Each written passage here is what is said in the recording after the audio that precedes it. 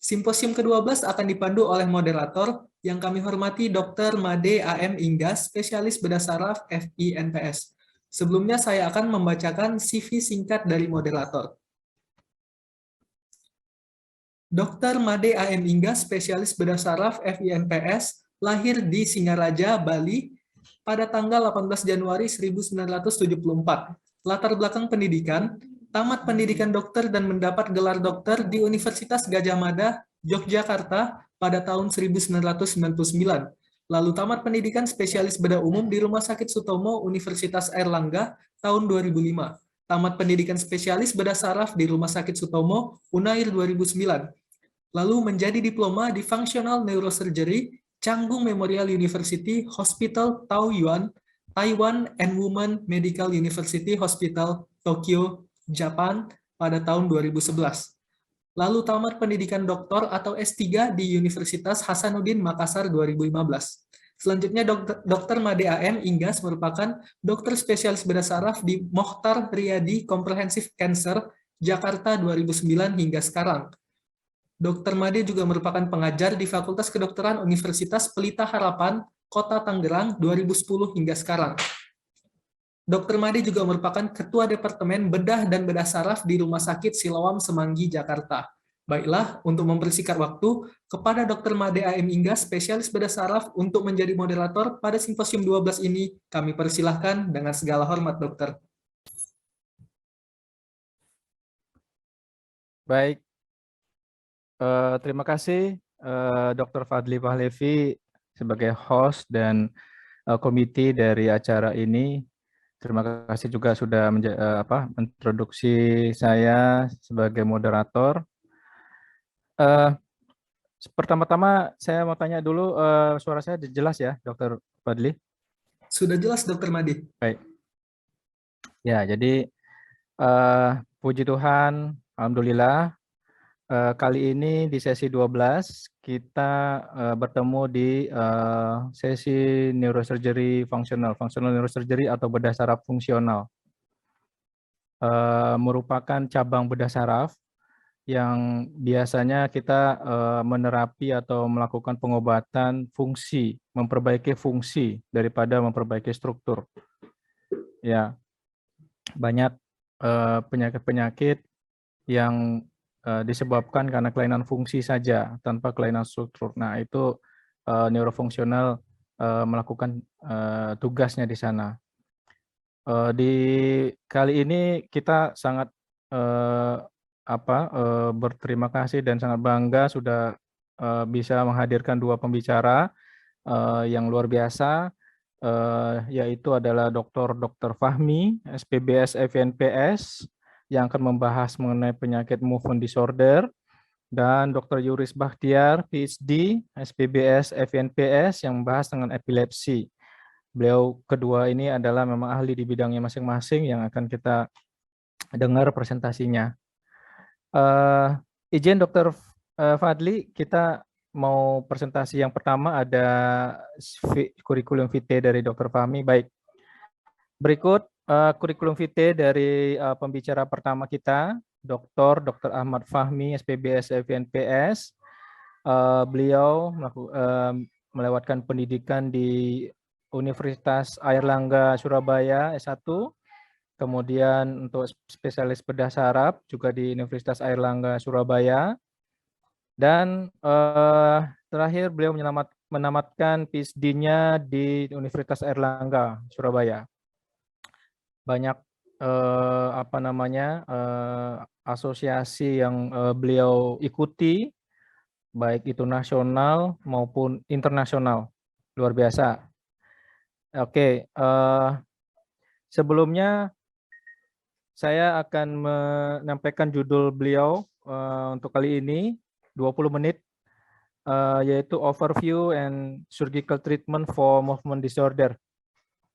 Oke. Untuk mempersingkat waktu karena ini sedikit waktunya telat ya, saya akan persilakan pembicara pertama Dr. Ahmad Fahmi untuk menyampaikan presentasinya. Silakan, Dokter. Ya, terima kasih banyak. Assalamualaikum warahmatullahi wabarakatuh. Selamat sore. Terima kasih banyak Dr. Made Agus Mahendra Igas, spesialis bedah saraf FINPS, atas waktu yang diberikan dan kepada semua panitia dan para profesor dan para sejawat yang lain. Ya, pada kali ini kita mau membahas tentang overview ya. Overview itu adalah kita rencananya lihat secara ini ya, secara sekilas tentang surgical treatments for movement disorder. Sebagaimana kita ketahui, movement disorder itu ada dua. Jadi yang pertama itu hyperkinetic yaitu gerakan yang berlebihan, yang terdiri dari tremors, chorea, ya, dystonia, myoklonus, atau tics, atau hyperkinetic yang lain. Terus yang kedua adalah hypokinetic. Hypokinetic itu termasuk Parkinson disease, ya, Parkinson disease, spasticity, atau hypokinetic yang lain. Ya, cuma nanti kan kita batasi tentang beberapa movement disorder aja yang mungkin sebagai overview, karena terlalu banyak kalau dibahas dalam waktu yang singkat. Beberapa movement disorder yang banyak itu adalah Parkinson disease, dystonia, tremor, torticollis, ya, ada spasticity dan beberapa movement disorder yang lain. Pertama kita lihat mengenai Parkinson. Parkinson merupakan suatu penyakit degeneratif ya, suatu sistem saraf yang menyebabkan adanya gangguan progresif, ya. Ini progresif yang disebabkan oleh degenerasi dan kerusakan sel saraf, terutama di substansia nigra, yang itu menghasilkan dopamin mestinya, tapi karena kerusakan sehingga dopaminnya tidak dihasilkan sebagaimana mestinya. Nah, insidensinya 14,2 per 100.000 orang per tahun. Jadi makin tahun makin bertambah. Kalau lihat gambar ini, ya ini non Parkinson, ya substansia nigranya di area sini, ini red nucleus, jadi dia di lateral dari substansia nigra. Terus selanjutnya kalau pada pasien Parkinson, substansia nigranya itu degeneratif ya, mengecil. 6,1 juta pasien Parkinson di seluruh dunia sudah ada sejak tahun 2016. Laki-laki lebih banyak dibandingkan perempuan, ya meskipun perbandingannya tidak terlalu besar, 1,7 banding 1,2, terutama di atas 50 tahun. Ya. Sehingga semakin usianya semakin banyak, maka semakin kemungkinan terjadinya Parkinson akan semakin besar pula. Seperti itu. Penyebab dari Parkinson sampai saat ini belum ditemukan, ya. Apakah dari genetika atau neurotoksin, ataukah karena degeneratif, ataukah karena cedera. Nah, kalau kita lihat gambar di sini, ini orang yang normal dopaminnya banyak di sini. Pada waktu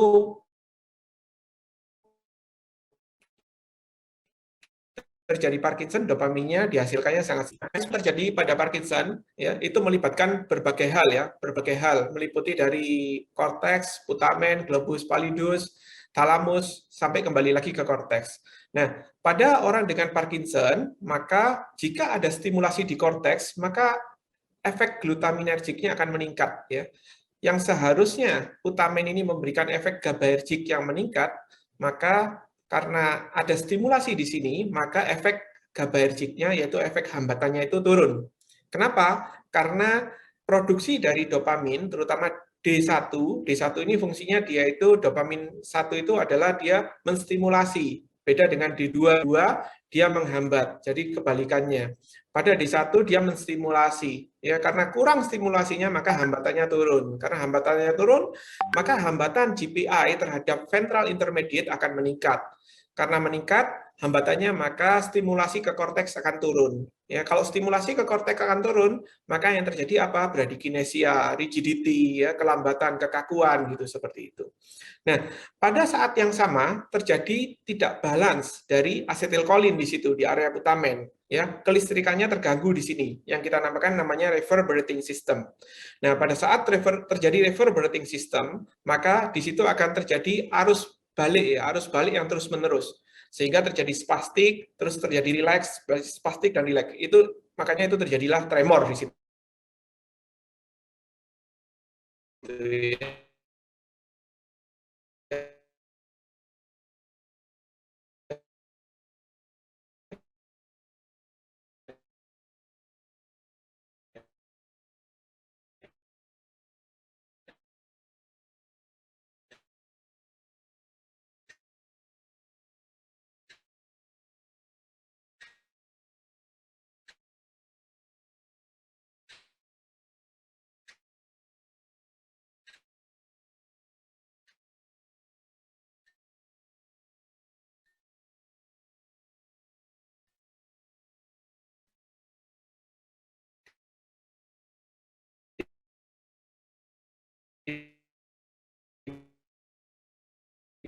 keseimbangan antara dopamin.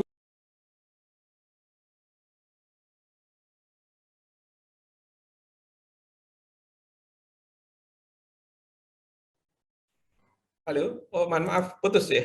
Iya, Dr. Fahmi, mungkin bisa diulang lagi presentasi itunya, Ya, PPT-nya. baik. Ya, mohon maaf. Jadi akibat dari Parkinson, akibat psikososioekonomik juga bisa terjadi, yaitu ketidakmampuan dalam beraktivitas secara mandiri, menimbulkan kesulitan berjalan, interaksi sosial, menunjukkan emosi, hubungan dalam keluarga, kegiatan rekreasi, dan lain sebagainya. Dan juga bisa mengganggu aktivitas ekonomi. Dan kalau kita tahu, obat-obat Parkinson itu cukup mahal ya, cukup mahal. Apalagi obat-obat movement disorder yang lain dikombinasi biasanya cukup mahal. Dan itu menyebabkan gangguan dari psikososioekonomik seorang pasien. Ya, standar diagnostik yaitu terutama hanya dari gejala klinis. Ya, sering ditanyakan bahwa bagaimana kita mendiagnosa gambar MRI. Ya, kadang-kadang asuransi itu tanya, MRI-nya apa dasarnya? Karena memang standar untuk diagnostik dari Parkinson ya, itu adalah dengan gejala klinis. Sampai saat ini belum ada data biomarker laboratorium yang sudah diakui. Ya, memang ada penelitian-penelitian, tapi yang diakui untuk mendeteksi Parkinson itu belum ada. Terus selanjutnya belum ada pemeriksaan radiologis yang sudah diakui juga untuk menegakkan diagnosis Parkinson. Beberapa penelitian tentang swallowtail sign, ya, hilangnya swallowtail sign pada MRI itu kadang-kadang diarahkan menuju ke arah Parkinson, itu bisa juga. Terus pada PET scan, ya, itu biasanya bisa terjadi ada gangguan metabolik di area basal ganglia. Itu juga bisa menjadi penanda, tapi itu tidak bisa dijadikan diagnostik acuan klinis sebagai diagnosis dari Parkinson, seperti itu. Klinisnya bagaimana? Yang pertama adalah tremor, ya. Tremor terutama resting tremor. Resting pada pasien Parkinson ini high amplitude, low frequency. Ini yang penting ya, membedakan nanti dengan tremor yang lain. Terus selanjutnya ada rigidity, kekakuan, kaku. Akinesia lambat ya, gerakannya itu lambat. Gerakannya yang dilakukan lambat semua. Terus postural imbalance, pada stage tertentu terjadi postural imbalance. Ya, ini sebagai contoh. Lengket kakinya.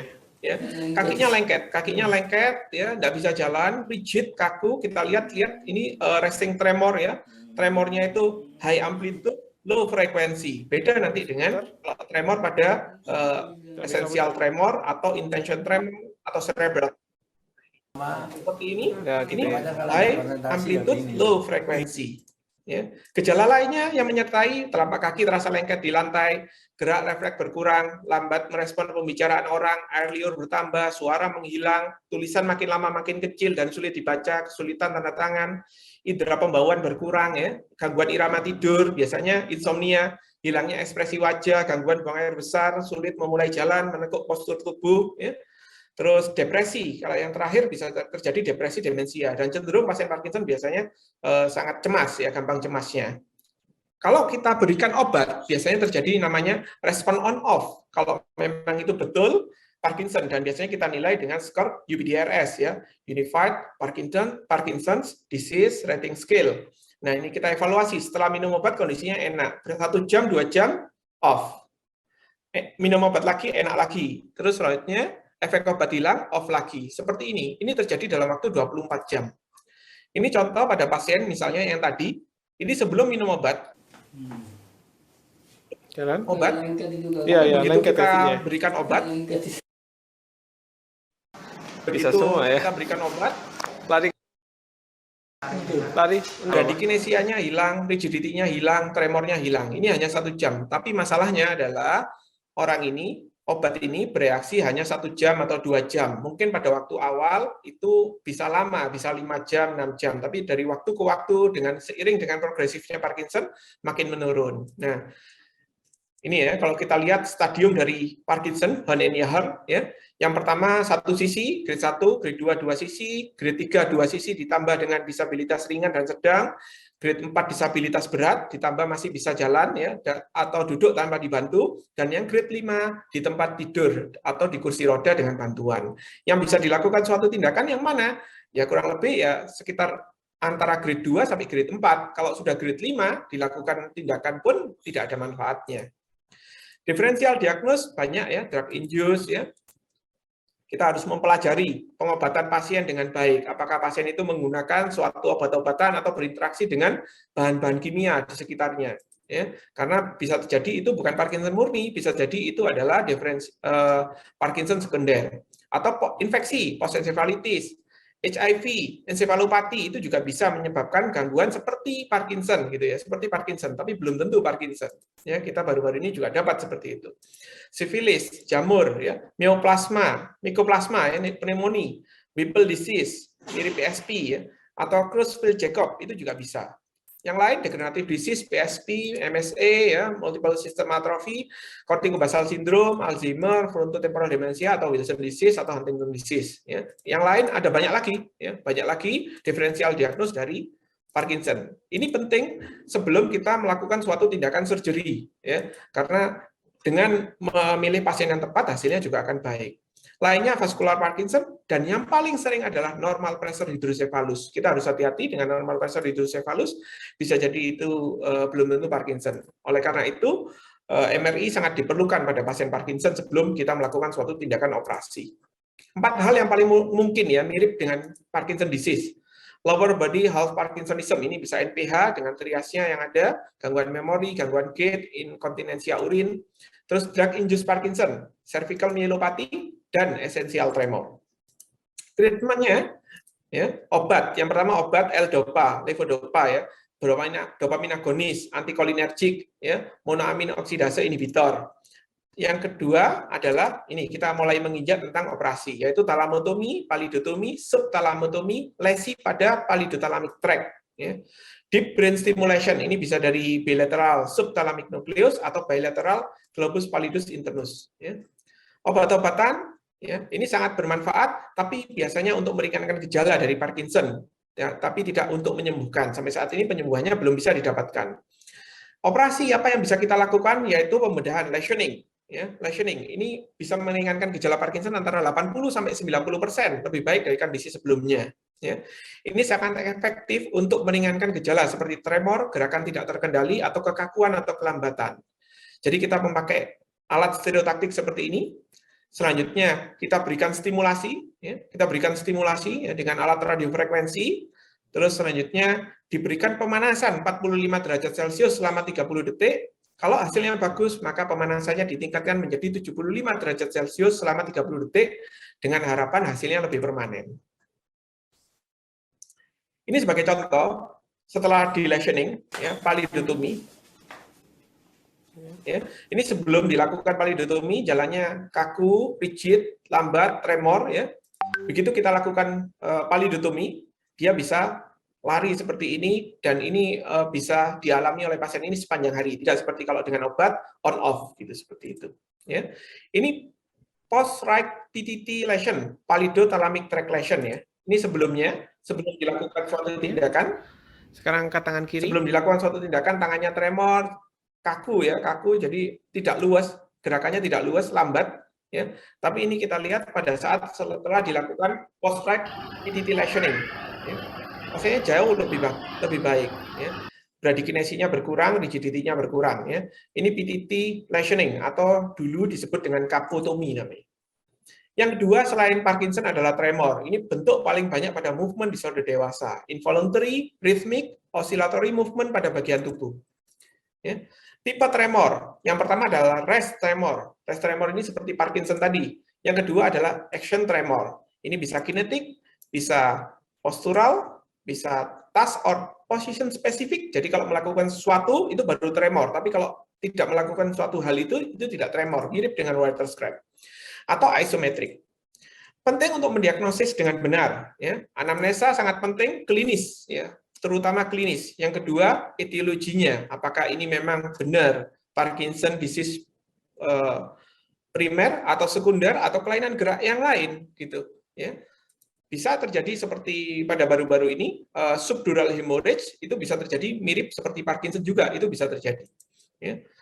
Riwayat pengobatan, ya, itu juga penting, itu drug-induced tremor. Untuk evaluasi drug-induced tremor, yaitu action tremor, itu bisa terjadi pada pasien dengan lithium atau SSRI atau kafein. Terus pada resting tremor, ini bisa terjadi pada pasien yang mengkonsumsi dopamine blocking agent, atau antipsikotik dalam jangka waktu panjang, ya, atau antiemetik, ya, seperti metoclopramid dalam jangka waktu panjang dan dosis yang berlebihan. Pemeriksaan fisik Ini juga penting selain anamnesis yaitu timbulnya tremor. Itu pada waktu rest atau action atau aktivitas tertentu yang memicu ya. Frekuensinya bagaimana? Amplitudonya bagaimana? Lokasinya di mana saja? Itu yang paling penting. Ciri esensial tremor. Ini esensial tremor ya.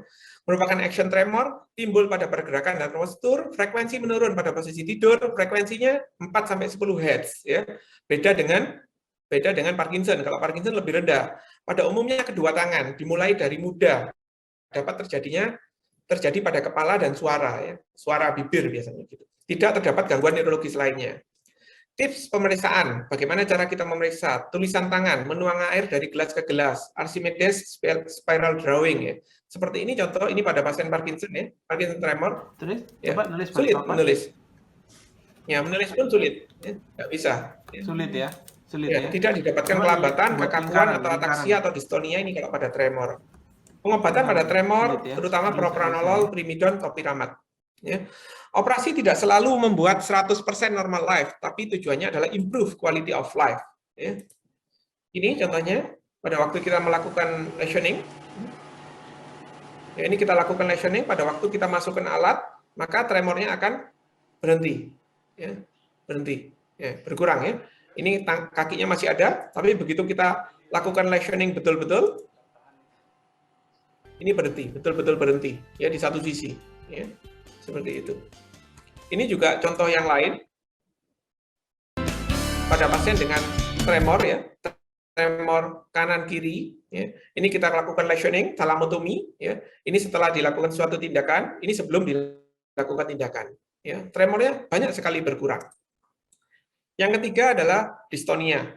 Dystonia, kontraksi otot yang tidak terkendali. Kontraksi ini menyebabkan gerakan tubuh pasien yang tidak terkendali. Ada banyak dystonia, generalized, segmental, atau vokal. Ini banyak macamnya ya.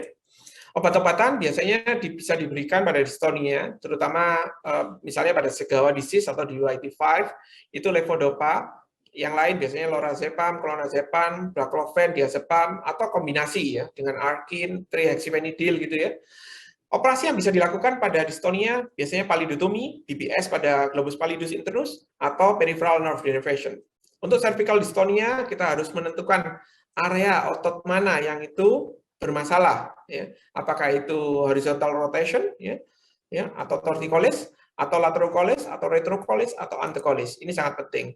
Ini peripheral nerve denervation yang bisa kita lakukan pada pasien dengan cervical dystonia, ya, spasmodic torticollis, ya, yaitu dengan TAIRA prosedur kita memotong rami posterior dari cervical nerve ya, C1 C3 sampai C6 ya. C1 sama C2-nya intradural. Yang ini ekstraduralnya, yang C1 sama C2 intradural ya.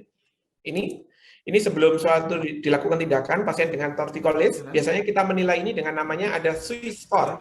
Ada namanya Swiss score, kita melihat berapa derajat di situ, itu kita evaluasi.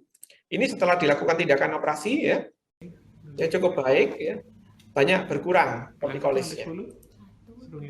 Nah, ini untuk GPI pada pasien dengan dystonia itu kita targetnya adalah GPI, globus pallidus internus, terutama di ventrolateral dari globus pallidus internus. Jadi dia dekat sekali dengan optic tract. Ya. Ini kalau kita pasang DBS ya, deep breath stimulation, ini alat yang ditanam di dalam otak untuk menstimulasi otak agar dystonia itu tadi tidak terjadi. Ya. Ini contoh dystonia yang tidak umum ya. Jadi ini abdominal dystonia ya, pada waktu tidur pasien terjadi dystonik pada abdomennya seperti ini. Sehingga pasien sulit untuk tidur. Kita lakukan right palidotomy tapi 6 bulan kemudian terjadi lagi. Maka kita lakukan relationing pada 7 bulan ya, pada bulan berikutnya. Nah, setelah dilakukan tindakan ya, dystonianya berkurang banyak ya, hampir tidak terasa sudah pasiennya. Jadi pasien bisa tidur dengan baik. Ini pasien yang lain lagi dengan post GPI DBS. Ini cervical ya, cervical dystonia tapi yang tipenya klonik ya, dia ke belakang gitu. Tapi ini setelah dilakukan bilateral GPI DBS jauh lebih baik. Jadi lebih tenang, kepalanya tidak perlu dipegangi lagi. Ya. Akurasi dan presisi sangat penting untuk tindakan operasi ini. Ya. Sangat penting. Kalau meleset, maka akan terjadi kelumpuhan atau terjadi sesuatu yang lain ya. Gitu. DBS, deep brain stimulation, ini biasanya pilihan yang sangat baik untuk kondisi on-off pasien, ya. Terutama seperti ini, yang grafiknya seperti ini, kalau misalnya minum obat, on, off, dan beda antara on-off-nya itu jauh sekali dinilai dengan UPDRS, itu kandidat yang baik untuk surgery. Tapi kalau bedanya tidak jauh, maka ini not very good candidate for surgery. Ini sangat menentukan ya. Nah, ini pada saat pemasangan DBS seperti ini, ya. Ini ada alat di sini, ada alat DBS, deep brain stimulation, ya. Kita pasang seperti pacemaker, terus selanjutnya dihubungkan dengan baterai ke dalam otak, ya. Dan itu memberikan stimulasi terus-menerus ke dalam otak. Kalau kita MRI, CT scan setelah operasi, maka hasilnya seperti ini. Ini kombinasi antara CT scan dan MRI. Ini targetnya adalah subthalamic nucleus. Ini kalau kita X-ray, maka kelihatannya seperti ini ya. Ada baterai di sini, ada kabel ke atas mengirimkan stimulasi ke otak secara terus-menerus. Kapan waktu yang paling baik untuk dilakukan DBS? Tidak terlalu awal, tidak terlambat. Terlalu awal itu jika pasien itu masih berespon dengan obat. Jadi dengan obat masih kondisinya baik sepanjang hari. Terlambat jika pasien itu sudah tidak respon lagi dengan obat. Ya. Atau itu misalnya untuk Parkinson ya, misalnya untuk Parkinson itu bukan Parkinson idiopatik, itu tidak cocok untuk dilakukan DBS. Ya. Seperti itu. Neurologic outcome itu meningkat ya pada umumnya 98-100%. Ya, diskinesianya itu bisa berkurang 80-96%. Ya. Dan biasanya ini ya membaik ya, membaik secara umum membaik. Ya, ini contohnya yang cukup lumayan berat ya pada waktu off. Ya, ini pada waktu off pasien ini tidak bisa bergerak sama sekali ya. Justru untuk menaikkan di seperti patung gitu ya. Nah, terus selanjutnya ini setelah dilakukan tindakan. Ya, setelah dilakukan tindakan bilateral DBS. Oke, terus? Ya, jauh lebih baik. Kalau lari bisa? Ya, improve, quality of life balik. improve, gitu ya, seperti itu. Evaluasi pasien dilakukan pada saat ini ya, pada saat operasi ya. Ini kita pasien kalau kesulitan main gitar, kita pakaikan gitar gitu seperti itu ya, suruh main gitar pada saat operasi ya. Biasanya operasinya itu kurang lebih 4 hari sampai 5 hari di rumah sakit gitu. Terus selanjutnya kalau kesulitan main piano ini ya, kita suruh pasien itu untuk melakukan aktivitas yang kesulitan sebelumnya. Ya. Ya. Jadi kita evaluasi, semuanya kita evaluasi. Nah ini yang agak berat kita ini ya, kita pakaikan piano di dalam ruang operasi ya. Itu untuk evaluasi jari-jarinya, kekakuan di jari-jarinya. Ya, selain tapping biasanya kita bisa mainkan keyboard seperti ini. Yang perlu dikonsiderasi ya, ini sebelum terakhir, yaitu konsiderasinya adalah yang pertama diagnosis, usia, ya pada umumnya usia itu yang untuk operasi itu biasanya di bawah 80 tahun. Kebijakan umum pada umumnya itu kalau di atas 80 tahun biasanya kita tidak sarankan. Terus outcome ya, long term result prognosis ya itu kita perlu pikirkan juga sebelum operasi, adverse effect ya. Terus lokasi pasien. Lokasi pasien ini kadang-kadang juga menjadi kontraindikasi relatif ya, kontraindikasi relatif. Misalnya pasiennya datang dari jauh terus melakukan operasi di suatu tempat gitu seperti itu. Maka itu harus perlu kontrol apalagi kalau pakai DBS ya. Disarankan memang itu di tempatnya masing-masing, di kota masing-masing, di area paling dekat masing-masing itu dilakukan suatu tindakan surgery di situ. Jadi tidak di tempat yang jauh gitu. Terus cost itu jadi pertimbangan juga atau penyakit yang lain ya. Brain lesion dan deep brain stimulation memiliki hasil yang baik ya untuk Parkinson, dystonia dan tremor. Hasilnya tergantung dari pasien diagnosis, ya kita patient selection-nya penting. Treatment decision kita mau lakukan lesioning pada thalamotomi atau palidotomi atau subthalamic nucleus atau PTT atau kita melakukan DBS atau kita cukup dengan obat saja itu sangat penting. Terus selanjutnya target selection ya kita mau yang mana targetnya. Terus akurasi sangat penting. Perhatikan pada saat kita melakukan suatu tindakan operasi itu harus setiap langkah yang kita lakukan harus akurat dan presisi. Adverse effect, kita harus menghindari adverse effect dan kita menyelaraskan hope and reality bahwa operasi ini tidak menyembuhkan dari Parkinson-nya, tapi improve quality of life. Jadi pasien tidak boleh sampai over ekspektasi, tapi paling tidak dengan suatu tindakan ini ya surgery, maka kualitas hidupnya jauh lebih baik biasanya. Ya. Setiap pasien different, ya. Ini adalah suatu seni karena kadang-kadang pasien itu ada yang membandingkan, ini seperti ini seperti ini. Kita harus menjelaskan bahwa setiap pasien itu berbeda dan treatmentnya pun berbeda. Ya, setiap pasien spesial di situ. Ya, mungkin itu Dr. Made Inggas presentasinya. Semoga bermanfaat. Terima kasih. Assalamualaikum warahmatullahi wabarakatuh.